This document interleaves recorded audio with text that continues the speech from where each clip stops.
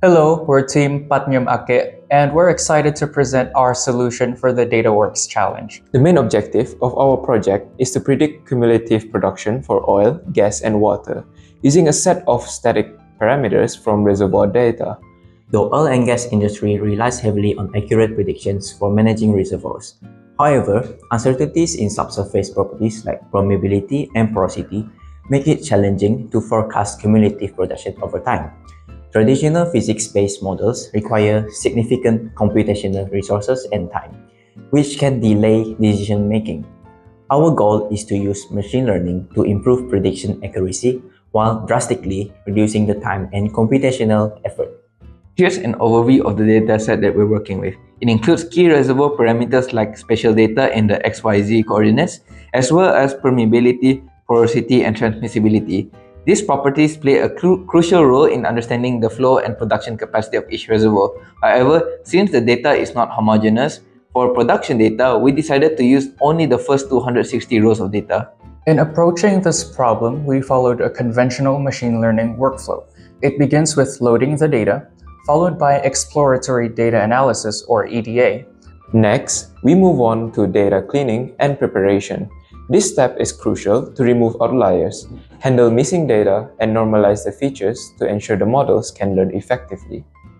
After preparing the data, we build our predictive models. Finally, we visualize the results, comparing the model's predictions with actual data and draw conclusions of the effectiveness of our approach. In designing the model, the main challenge is to find a correlation between two separate domains, which are the spatial and temporal domains corresponding to the reservoir's physical properties and the production rates, respectively. To solve this challenge, an LSTM layer is first used to extract latent features in the spatial data.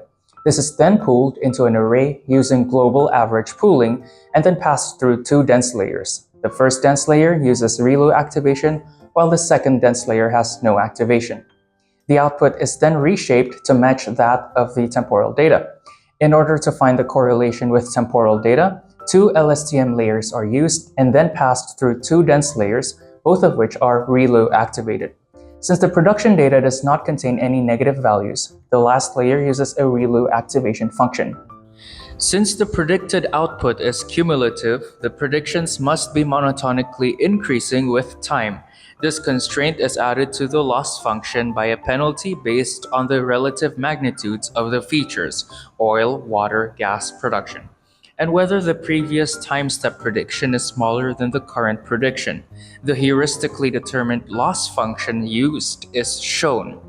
No penalty is applied if the current prediction is larger than that of the previous time step.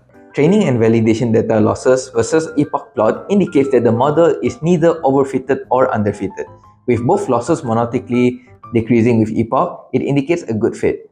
For reservoir analysis, however, we use the following metrics to analyze the validation data, which are the mean absolute error, the mean square error, and the root mean square error, which results in the following. Several reservoirs stand out from the predicted dataset when compared to the validation data. Just like reservoir 11 and 79, it shows large deviations for gas and water production, particularly with the root mean square error values which are above 0.1, indicating poor predictive performance for these specific reservoirs.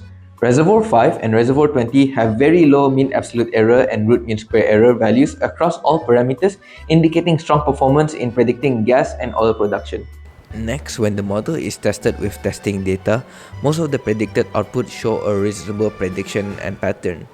Aside from that, across the predictions, however, the model happens to have a tendency to provide values for the first few days, which we typically expect to be 0 or at very low values. However, these values can be neglected.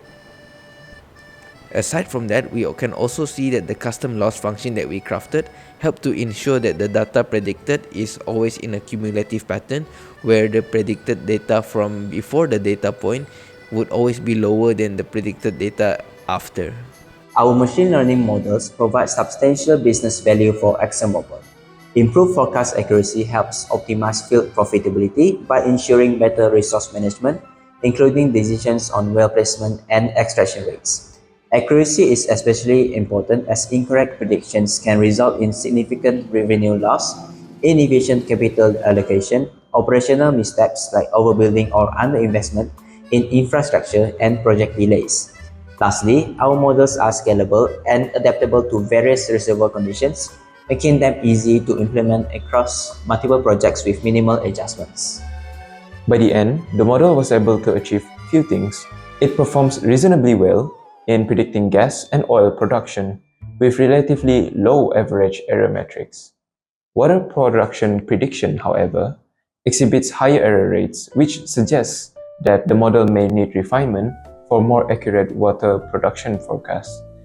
Looking ahead, the most important step needed to enhance the model is to incorporate a dataset with higher volume, veracity, variety, and more parameters which will improve prediction accuracy, adaptability, and robustness to changing reservoir conditions. With a larger future dataset, overfitting becomes more of an issue. Hence, L2 regularization and dropout layers may be added. In conclusion, our approach delivers measurable value by affirming decision making, optimizing resource management, and reducing operational costs in reservoir management.